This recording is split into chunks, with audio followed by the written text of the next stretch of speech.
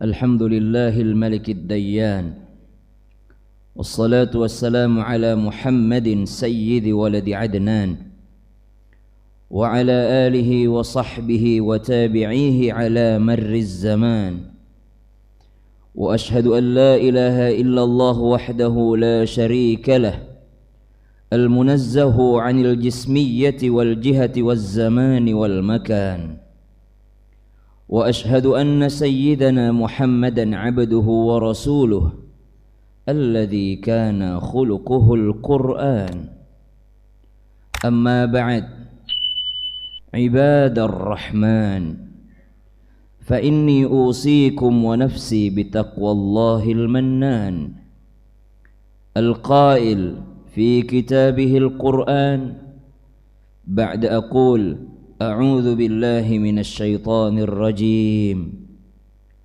ومن يتق الله يجعل له مخرجا ويرزقه من حيث لا يحتسب ومن يتوكل على الله فهو حسبه إن الله بالغ أمره قد جعل الله لكل شيء قدرا صدق الله العظيم اللهم ارحمنا بالقرآن اللهم اجعلنا من الذين آمنوا وعملوا الصالحات وتواصوا بالحق وتواصوا بالصبر.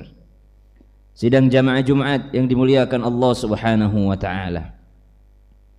Mari kita sama-sama bersyukur kepada Allah Subhanahu wa taala dengan segala nikmat yang telah diberikan Allah Subhanahu wa taala kepada kita. Di antara kita ada yang diberikan nikmat kesempatan untuk beribadah Jumat. Namun di antara kita ada yang diberikan nikmat lebih, yaitu pada bulan ini mereka telah berangkat ke tanah suci guna melaksanakan ibadah haji. Di antara yang diciptakan oleh Allah Subhanahu wa taala, ada di antara waktu mustajab untuk berdoa, waktu mustajab untuk beribadah. Ada juga tempat mustajab untuk berdoa, tempat mustajab untuk beribadah.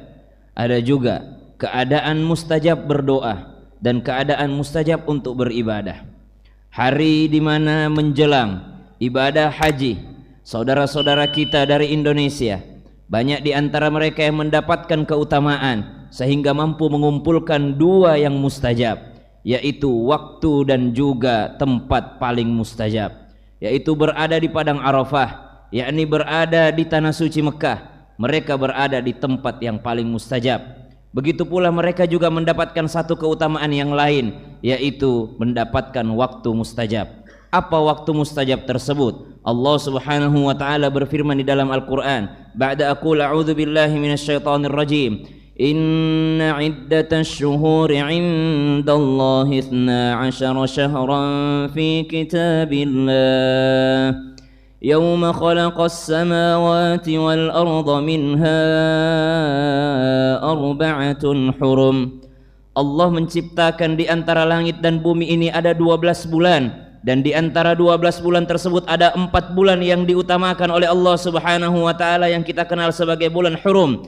Apa bulan hurum itu? Ada 3 yang bersamaan ataupun bersambung dan 1 yang terpisah. Di antaranya adalah bulan Dzulqa'dah. Hari ini kita berada di tengah-tengah bulan Dzulqa'dah atau masih di 10 awal bulan Dzulqa'dah. Namun tidak ada salahnya kita melakukan persiapan guna melaksanakan daripada ibadah selanjutnya, yaitu bulan Dzulhijjah. Meskipun atmosfernya tidak seperti bulan Ramadan, namun perlu kita perhatikan, ternyata Allah Subhanahu wa taala mengutamakan bulan Dzulqa'dah, bulan Dzulhijjah, bulan Al-Muharram dan juga bulan Rajab. Banyak di antara kita mengkhususkan bulan Ramadan untuk beribadah, namun ternyata setelah bulan Ramadan berlalu, Allah sediakan lagi waktu mustajab untuk berdoa dan beribadah. Kapan itu? Yaitu 4 bulan haram. Bulan Dzulqa'dah, hari ini bulan Dzulqa'dah. Selanjutnya kita akan bertemu dengan bulan Dzulhijjah, di mana saudara-saudara kita mendapatkan 2 keutamaan, yaitu keutamaan waktu yang mustajab bulan hurum atau bulan Dzulhijjah, lalu mendapatkan keutamaan tempatnya, yaitu mereka berada di tanah suci. Sedangkan kita yang berada di kampung kita ini, berada di Indonesia ini, apakah kita akan menyia-nyiakannya? Tentu saja tidak. Kita tidak mendapatkan tempat yang mustajab atau kita tidak pergi ke sana, tapi kita masih diberikan oleh Allah Subhanahu wa taala kesempatan yang lain. Apa itu? Waktu yang mustajab. Apa itu? Kita berada di bulan haram, bulan Dzulqa'dah, bulan Dzulhijjah, selanjutnya bulan Muharram, kemudian kita akan bertemu dengan bulan Rajab insyaallah. Maka amalan apa yang paling utama dan perlu kita siapkan mulai daripada bulan Dzulqa'dah ini? Amalan yang paling utama adalah sedekah. Kenapa sedekah? Karena sedekah banyak macamnya. Ada orang yang mampu dengan sedekah dengan harta dan raganya. Siapa mereka? Orang-orang yang berangkat ke tanah suci. Mereka bersedekah dengan hartanya. Mereka mendaftar. Mereka mengeluarkan uangnya untuk berangkat ke sana. Kemudian mereka bersedekah dengan jiwanya, dengan raganya. Yaitu mereka melaksanakan tawaf, sa'i, wukuf di Arafah. Semuanya sedekah dengan jiwa dan raganya. Namun di antara kita mungkin ada yang tidak berangkat ke sana, maka mari kita bersedekah. Ada yang mampu dengan hartanya, jangan pernah melewatkan daripada hari raya Idul Kurban untuk berkurban. Kenapa? Banyak di antara kita setiap tahun pertanyaannya sama, Ustadz, yang mana yang duluan? Kalau belum akikah, kurban dulu atau akikah dulu? Mestinya kita jawab, kurban dulu. Kenapa kurban dulu? Karena waktunya mepet. Jangan tiap tahun kita menjawabnya, oh akikah dulu. Kalau kita jawab akikah dulu, dia akan mengatakan dalam hatinya, oh selamat, berarti tahun ini saya tidak usah berkurban. Apakah dia akikah? Biasanya tidak akikah juga. Maka jikalau ada yang bertanya, akikah dulu atau kurban dulu? Karena mendekati bulan Dzulhijjah, mendekati bulan kurban, mendekati waktu kurban, maka mari kita jawab dengan mengatakan, ayo kita berkurban dahulu. Kenapa? Kita mengeluarkan harta kita, kita bersedekah dengan harta kita, karena berkurban ini adalah ibadah yang sangat ditekankan oleh Allah Subhanahu wa taala. Inna a'tainakal kautsar fasalli li rabbika wanhar. Kita mengeluarkan harta untuk berkurban di jalan Allah Subhanahu wa taala, merupakan syiar agama yang paling kuat. Di antara kita ada mungkin manusia-manusia yang mau berkurban untuk yang lainnya, bukan untuk Allah Subhanahu wa taala. Akan tetapi kita bersyiar dengan cara berkurban di hari raya kurban, hari tasyrik 3 hari, 10 Dzulhijjah, 11, 12 dan 13 Dzulhijjah, di mana kita mensyiarkan agama kita, yaitu dengan cara menyembelih hewan kurban. Lalu sebenarnya ada orang-orang yang tidak diberikan rezeki oleh Allah Subhanahu wa taala, maka ulama memberikan opsi, jikalau engkau belum mampu untuk menyembelih hewan kurban, belajarlah, ada yang namanya maqam latihan. Mana maqam latihan itu? Kalau engkau tidak bisa menyembelih seekor kambing, sembelihlah seekor ayam. Seakan-akan engkau menunjukkan kepada Allah Subhanahu wa taala, ya Rabb, tahun ini aku hanya bisa seekor ayam. Ini pernah dilakukan oleh sahabat Nabi radhiyallahu anhum wardahum ajma'in, di mana mereka tidak mampu untuk menyembelih seekor kambing, namun mereka membawa seekor ayam untuk disembelihnya. Tidak terhitung sebagai hewan kurban, tapi sebagai maqam latihan. Dia menunjukkan kepada Allah Subhanahu wa taala, inilah kemampuanku. Sungguh Nabi sallallahu alaihi wasallam mengingatkan, innamal a'malu binniyat wa innamal likulli imri'in ma nawa. Sungguh amal perbuatan itu tergantung niat, dan pahalanya, balasannya juga tergantung daripada niatnya. Jangan ada di hati kita mengatakan, saya tidak mampu, saya tidak mampu, saya tidak mampu. Berbagai berita muncul di tayangan kita dengan mengatakan ada orang berangkat haji padahal dia hanya tukang parkir, ada orang berangkat haji dia hanya tukang rumput. Betapa malunya kita yang penghasilannya jauh lebih banyak, tapi kita tidak berusaha berkurban di jalan Allah Subhanahu wa taala. Maka mari kita meraih keutamaan bulan-bulan haram ini dengan cara banyak beribadah kepada Allah Subhanahu wa taala. Namun ingat, kalau bulan haram ini adalah bulan kita untuk mencari pahala sebanyak-banyaknya sebagaimana di bulan suci Ramadan, namun ingat juga kata Allah di sambungan ayatnya, fala tadhlimu fihinna anfusakum. Jangan engkau menzalimi diri kalian sendiri. Artinya apa? Bulan haram juga bulan di mana Allah melipat gandakan dosa seseorang. Maka sebagaimana di bulan Ramadan kita sangat takut untuk zalim, kita sangat takut untuk berbuat dosa, mari di bulan haram ini kita juga semakin takut kepada Allah Subhanahu wa taala untuk melakukan dosa, melakukan maksiat. Bukankah dosa itu adalah menzalimi diri kita sendiri? Maka di bulan Dzulhijjah ini, di mana Allah Subhanahu wa taala sangat mengutamakannya di antara bulan hurum, kemudian di ayat yang lain Allah mengutamakan 10 hari pertama di bulan Dzulhijjah, wal fajr walayalin ashar. wasyaf'i wal watar, di mana Allah Subhanahu wa taala memuliakan 10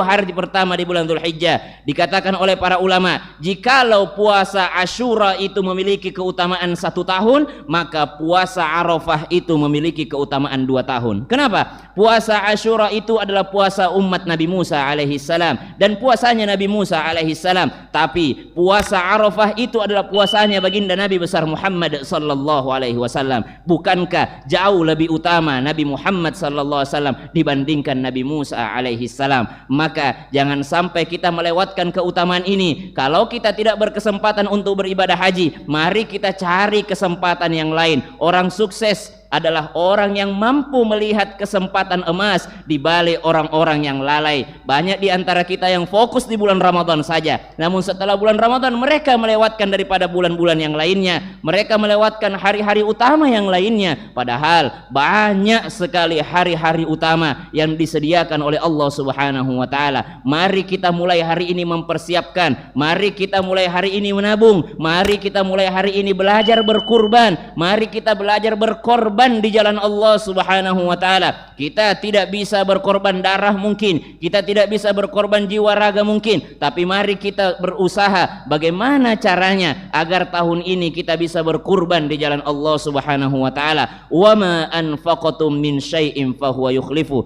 Allah Subhanahu wa taala berfirman di dalam Al-Qur'an surah Saba ayat 39, wa ma anfaqatum min syai'in fahuwa yukhlifu. Apapun yang engkau keluarkan, maka dialah Allah yang maha menggantikan. Banyak di antara kita yang hitung-hitungan dengan Allah Subhanahu wa taala. Maka berkata Imam Ibnu Athaillah As-Sakandari rahimahullahu taala, apa yang beliau katakan? Janganlah seorang hamba, sangat tidak pantas seorang hamba meminta imbalan kepada Allah Subhanahu wa taala. Ya Rabb, saya sudah bersedekah, katanya engkau akan gantikan. Ya Rabb, saya sudah salat, kenapa engkau uji saya seperti ini? Tidak pantas seorang hamba meminta imbalan kepada Allah Subhanahu wa taala. Kenapa? Engkau mampu berkurban, rezekinya dari Allah. Engkau mampu salat, itu kekuatan dari Allah. Engkau mampu beribadah, itu Allah yang takdirkan engkau untuk beribadah. Maka sangat tidak pantas seorang hamba meminta imbalan atas ibadahnya, sebagaimana Allah tidak menuntut kesempurnaan atas ibadah kita. Maka mari kita beribadah dengan ridha, mari kita beribadah dengan ikhlas karena Allah Subhanahu wa taala. Apapun yang kita keluarkan, dia Allah yang maha menggantikan. Berkata mufassir, ternyata Allah Subhanahu wa taala menggantikan dengan 3 hal.